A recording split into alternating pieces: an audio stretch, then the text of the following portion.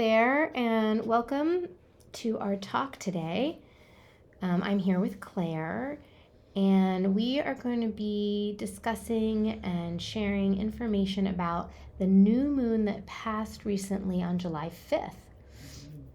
The moon was in its home sign, right, of Cancer, which is the sort of phase we're in right now of the summer season. We're in like the astrological sign. The new moon is always in the sign that the sun is in. Okay. So yes, we're in the height of summer, which is Cancer. The sun is in Cancer, and so the new moon would be in Cancer too. Okay. Good. A little pro tip. Good reminder. Yes. So they relate in that way. Yeah. And it's great to get a little more information around what that means. What does it mean to be in a new moon phase? And in the sign of Cancer specifically, what themes are arising that you may be noticing in your own life, and how to get some support with it. I like to hear from Claire and her understanding of what that means. So I'm going to pass it to you and hear what your sense of this time is. Yeah. Cool. Well, shout out to all you Cancers, because I know you like to be felt in your, participation in things. You're very caring and nurturing, and I see you out there. I feel you guys, you girls, you beings. And it's a really lovely time to be pausing and taking in the moon, because indeed it is the home sign, as Jamie said. And the glyph of Cancer is the crab, just to get everybody on the same page. When we talk about Cancer, we mean it's a water sign, of course, and it's represented by the crab. Mainly what the crab serves to do is articulate of course the crab lives in the ocean, that would make it watery, but really the crab has a hard shell and a soft underbelly, and it has arms that move towards the center, pull people in. So it's like this, it's meant to be this recognition of the caring side of Cancer that will just hug everyone they see, emotionally at least, absorb your feelings, your concerns, your cares, really be there to nurture that. It also belongs to the fourth house, if we want to talk houses. So Cancer and the fourth house are kind of the same thing in the astrological wheels of signs and houses, two separate wheels. When they're lined up, you would just have Cancer on top of the fourth house, as it were.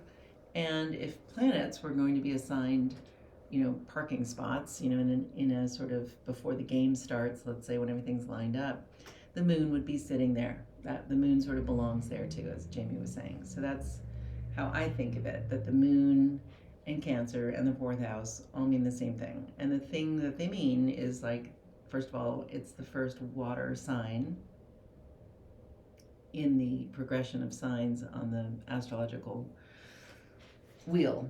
So hello to, water in a very big way, because typically the first sign is the purest and most, in some ways, the biggest reckoning with that element. And so let's just go ahead and use the ocean for Cancer. And that's sort of where the moon comes in, because the moon, I think meteorologists would agree, governs or, is responsible for the tides.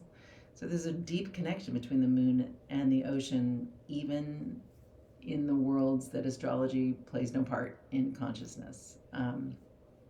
I tend to think of it more as the natural way of things. And so Cancer in the fourth house mean a great deal to me. They mean home. They mean home to any astrologer. That's the other aspect of this, is that the fourth house kind of signifies the home or home, not necessarily the place you're sitting right now listening to this, or the apartment you're renting, or the corner you're sleeping on, or the house you just left if you needed to leave, but home for the soul, home for the person that you are. Home in this life would be your body, potentially. I mean, in Jamie's practice, I think that's one way to look at it, is the body being the home for the soul, and taking care of it through acupuncture and other modalities that really treat the energy that is flowing through the body. So all that said, when we have a new moon, we're looking at the dark side. And I say that with a smile because the dark side cheers me up. It's it's what isn't obvious. It's what can't be obvious. It's what we need to sort of pause, slow down, think about, and perhaps make an intention, which is why the ritual of the new moon is to plant seeds, or make an intention in your mind, in your heart, in your, just your wishes, to get conscious of that. Because, if the moon's intention is that the tide go out, eventually it does. And if the moon's intention is for the tide to come back in, eventually it does. It's that kind of energy. It's intention that is really more about harnessing what's already happening than wishing for the moon, I was going to say. But it's not hocus pocus. I think of it as tuning in to what you need. What you need. That's what Cancer's about. And the moon is a great it's a great boon to have a new moon in Cancer, because you've got all that power to work with in a really soft and dark and internal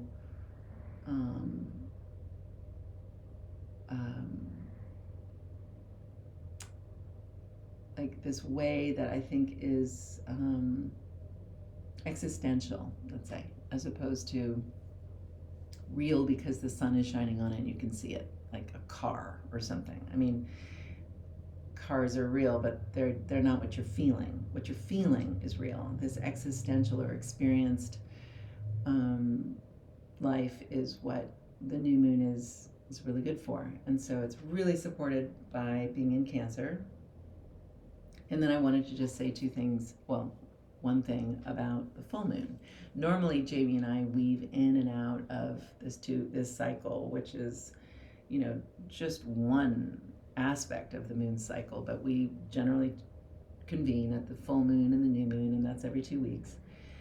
But something very special is happening around this new moon in Cancer, which is that on either side of it, the full moon is actually in Capricorn twice. It's rare, very rare, that would be the case. And for me, it's a really groovy thing to think about how the full moon in Cancer, we did a recording, you can go back and listen to that, and we'll do a recording in 2 weeks and you can listen to that. But to sort of do a summary here of what new moon in Cancer is about right now, it's not only a time to plant your intentions about your deepest wants and your deepest needs and your deepest truths. That's true in general, and that's what I'm saying specifically about this new moon in Cancer. It is really a time when you can rewrite your existential script, which is just what it sounds like, pretty nonverbal. So hold on to that. And then on either side of this new moon, we have a full moon, so bright light on a mountain, Capricorn. So you have peaks on either side of this deep, deep valley of existential truth, which is sort of hidden because that's where all the nourishing and darker realities are. And so the way I see it playing out in someone's life, in my life, or in any kind of like lived experience would be, we have one way of knowing how to do things. We had a full moon in Cancer a couple of weeks ago, and that, I was sorry, a full moon in Capricorn a couple of weeks ago, and that was like, grappling with what is, how am I doing on this mountain? How's my route? Did I choose well, or do I need to reconsider, go back, start again? It's high stakes. A little goat making its way up a mountain. You can't really course correct that easily. But in fact, if you come down into the valley, like we are right now, new moon in Cancer, and go back up again, you're being invited to go back up again. This is when you can pick a different route. But how are you going to pick a different route? Just because you don't like the route you're on, how do you know how to pick any better? I mean, the next route could just be another route that you don't like very much. You have to go deep, deep, deep down into the kind of crux of it, which is what we're doing here in this period of time. And even though we're a few days late in recording this, I really feel like this new moon in Cancer is, to borrow to use a term that kind of is fitting, I think, is oceanic. We have a lot of time with this new moon to really dwell in the space of the unknown and be fine with it, because that's where you're going to find a better route. Not in the known. The known is what's making you make mistakes. It's the unknown that you need to spend some time in. And you're being invited to use your smallest, deepest, wisest voice in the depth of the new moon, in the depth of Cancer, in this oceanic reality, which is pretty much what's the realest thing around. We just don't see it very often, meaning your unconscious or your existential needs and desires and all those things. It's really a time when you can bask in that and float in that and be held in that, and not regard it as this scary drop into the unknown and you want to cling to your mountain route and stay away from all of those uncertainties. No, that's all flipped, because we have this positioning of 2 full moons in Capricorn, where you're really being invited to come down to base camp, load up again, or rejigger your intentions and your maps, and go up another route. So that's how I'm kind of holding the new moon in Cancer this time. And look forward to checking in with you all again at the next full moon, which is, coming right up. And it's a little bit like, I'm getting the image of like being when you watch those skateboarders come up on the lip of the whole basin or whatever they call it, and then drop in again fearlessly, because that's where they're going to get the energy to kind of go up again on another lip. I mean, that's what's thrilling about this for me. I feel like a skateboarder. I love that. Very, very vivid visualization for me. And you described at some point in one of our discussions about 2 mountains. Mm-hmm. Maybe this is Tassajara, and then the water in the middle. Very much so. Yeah. I did, Jamie's referencing, I did get to go to the Tassajara Retreat Center in the Ventana Wilderness in California, and I did find myself a few days before the new moon literally floating in the most beautiful water, this mountain stream it's called the Narrows, and it's narrow and rushing in a way because it's wedged between two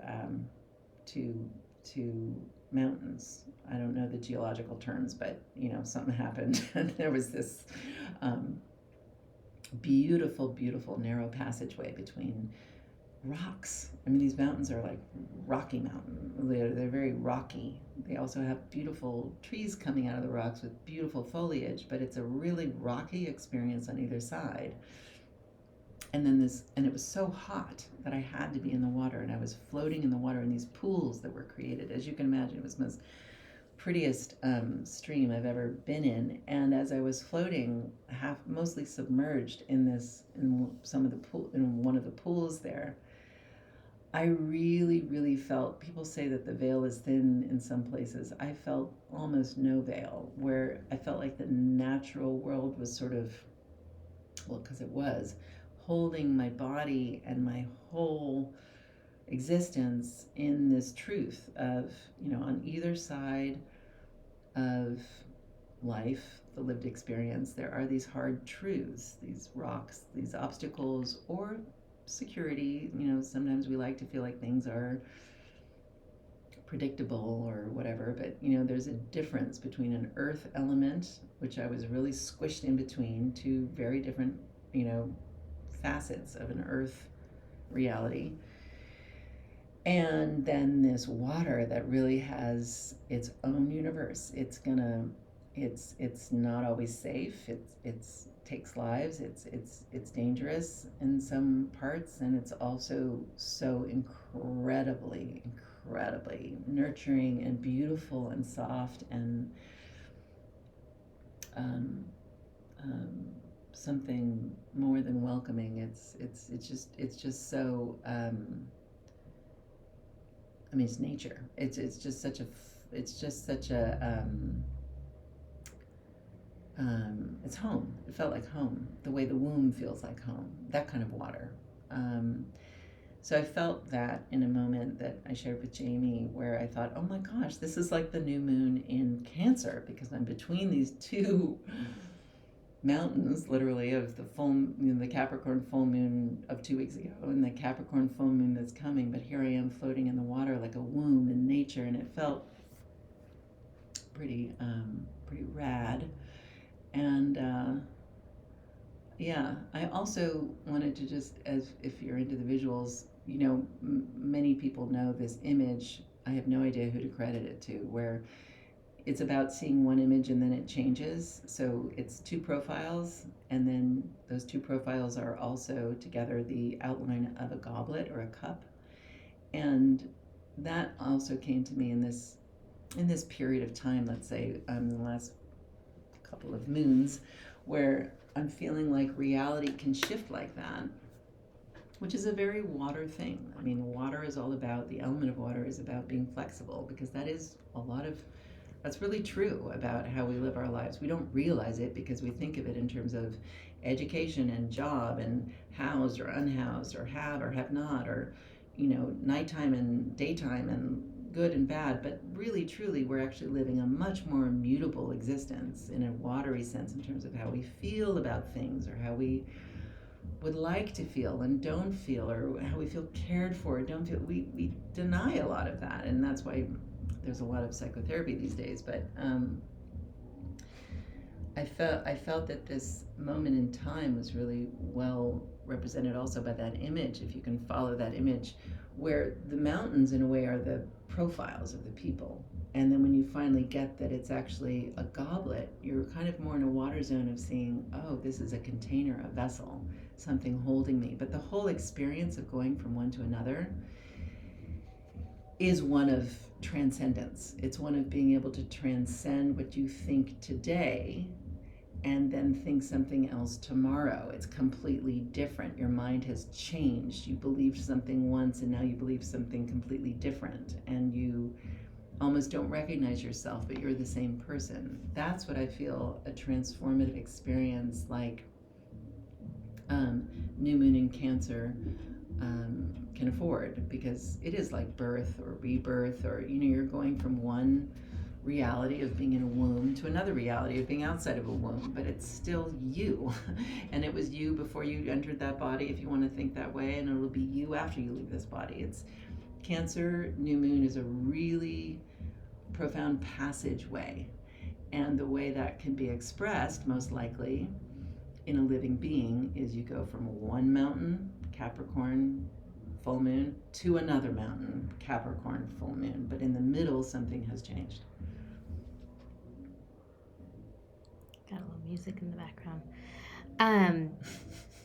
Well, this is all a lot to contemplate if you are listening throughout the whole thing. There's a lot of visuals that I really appreciate everyone, how to sort of see and get information about this time with the moon in Cancer.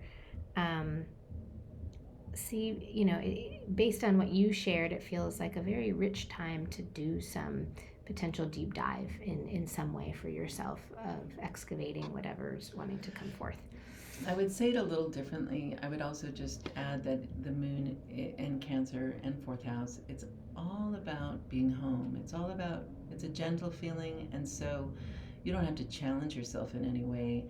It's actually about accepting what's already there. It's accepting what is, and that can be certainly dramatic and terrifying in some instances, but it's mostly about letting go and feeling safe to let go, and that you are being held in the narrows by earth element of protection and safety. There are